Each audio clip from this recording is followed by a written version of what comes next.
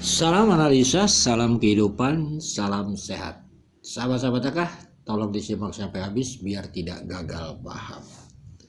Bagi akah sih, jangankan setahun setengah, 3 tahun saja, 4 tahun saja, kasus ini kita akan dibawa mutar-mutar. Kan begitu. Yang membawa mutar-mutar ini bagi akah adalah akibat dugaannya keterangan saksi pihak sekolah maupun saksi dari keluarga yang membuat kasus ini mutar-mutar, sahabat-sahabat akah. Itu. Jadi itu kita bisa uji nanti. Kita bisa uji, sahabat-sahabat akah. Mengujinya jangan ikuti permainan mereka. Ya kalau kita mengikuti permainan mereka, ya sulit, sahabat-sahabat akah. Jadi cukuplah setahun setengah ini kita mengikuti ini, sudah capek mengikuti permainan mereka. Jadi kita sekarang menguji, menganalisis cara beda. Kan begitu. Tidak mengikuti cara permainan mereka. Itu sahabat akah.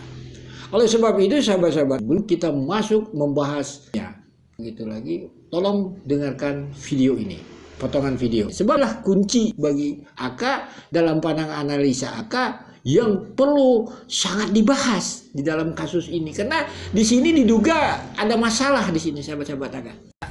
Tiga orang. Aja yang ini. Saya, Pak Opi, sama Pak Wahyu. Semua dari sekolah. Iya, di dalam sekolah. Iya, ada. Ya. Oh, Ditanya apa aja sih tadi? ya, Sedikit sebentar. aja. Sedikit aja. Sekolah aja, yayasan dan sebagainya. Iya. Nama saya Pak Kasih.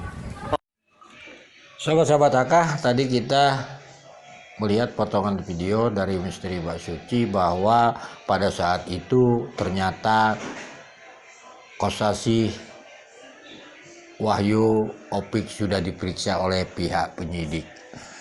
Kan begitu sahabat-sahabat akah. Terus hasilnya apa? Nggak ada, muter-muter gitu. Kan begitu dia sahabat-sahabat akahnya. Ini kan faktanya nggak ada hasilnya kan. Pertanyaannya sekarang supaya mempersingkat saja gitu, kita bahas Wahyunya lah. Karena kalau Opik, Kosasih itu anak buah. Anak buah itu tidak mungkin berani melampaui kepala sekolah Wahyu. Jadi kita menganalisa Wahyu. Bagaimana kasus ini poek, tidak terang benderang, cek Sunda poek gelap gitu kan. Kalau tentang sekolah, padahal kepala sekolah sudah diperiksa. Kan begitu. Ini masalahnya. Apakah berani saudara Wahyu jujur menyampaikan apa yang dia ketahui, dia alami, dia rasakan tentang di sekolah selama dia menjabat sebagai kepala sekolah? Contohnya tentang pencairan dana BOS, tentang pengeluaran keuangan dana BOS, tentang jumlah murid, fakta dan data, tentang data-data yang ada di laptop dan sebagainya. Ya nggak berani. Kan begitu. Apakah dia diperiksa saat itu membawa data laptop pengguna? Kan itu kewajiban kepala sekolah. Karena dialah yang punya kuasa di kepala sekolah. Tanpa tanda tangan dia, tanpa begitu gini nggak bisa cair mah. Begitu gini Wahyu. Kan begitu ceritanya. Jadi kalau keterangan saksi itu yang dia alami, dia rasakan, dia melihat dan sebagainya, dia tidak sampaikan kepada pihak penyidik, dia tutup-tutupi, inilah hasilnya. Paling-paling kita hanya pernah melihat ada orang beberes-beres sekolah. Sekolah itu bukan untuk beres-beresi, tetapi untuk kegiatan belajar mengajar. Tidak pernah 1 tahun setengah ini mereka melakukan, mengupload atau mendokumentasikan tentang kegiatan belajar mengajar dengan jumlah murid ratusan seperti data Depodik. Dan ini kan ada masalah. Dia tidak hasil, tidak terang menerang. Itu aja sahabat-sahabat akah. Jadi sangat wajar bagi akah kasus ini yang mutar-mutar, karena mereka ya seperti itu. Jadi bagi akah sih simpel sebenarnya, tidak perlu mengikuti arus cerita permainan mereka. Akah yakin walaupun Wahyu diperiksa tentang sekolah, dia tidak akan menyampaikan apa yang dia ketahui, dia alami, dia rasakan, dia lihat. Dia akan menutup-nutupi itu semua yang ada di sekolah. Kan begitu. Terus akibatnya ya ini tidak ada hasilnya. Begitu juga tentang Yosef dan Yoris. Tidak ada minta pertanggung. Jadi Wahyu ini padahal dia kunci masalah di sekolah. Amel bendahara sekolah, tapi dianggap Wahyu ini seperti anak emas sama Yosef dan Yoris.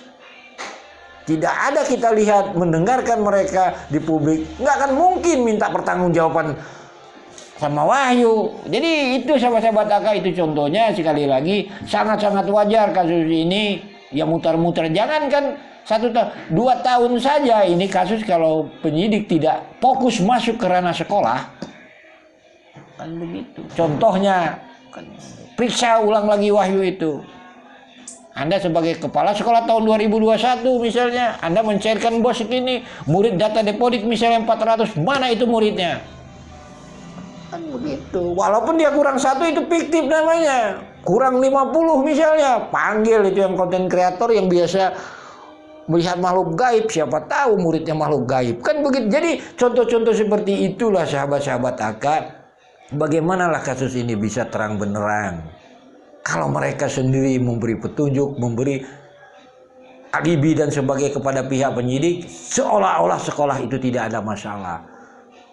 Lalu nanti ada yang bilang, kan kayak gitu, AK sok pintar. Lah kan dari awal sudah mengatakan silahkan aja upload kegiatan belajar mengajar. Ada tidak muridnya ratusan, udah segitu. Segitu aja sahabat-sahabat AK. Mohon maaf bila ada kata-kata AK yang salah buat Bapak penyidik, buat Ibu penyidik, buat Bapak Kapolda. Sebentar lagi kita lebaran. Bagi AK sih sehat-sehat selalu. Cuman AK sih wajarlah minta saran atau mau didengarkan tidak. Setelah kita lebaran mungkin baiknya tolong periksa lagi ulang sekolah. Periksa ulang data, fakta, dan nyata apa yang terjadi di sekolah tersebut. Sekali lagi mohon maaf bila ada kata-kata yang salah. Salam sehat, salam kehidupan.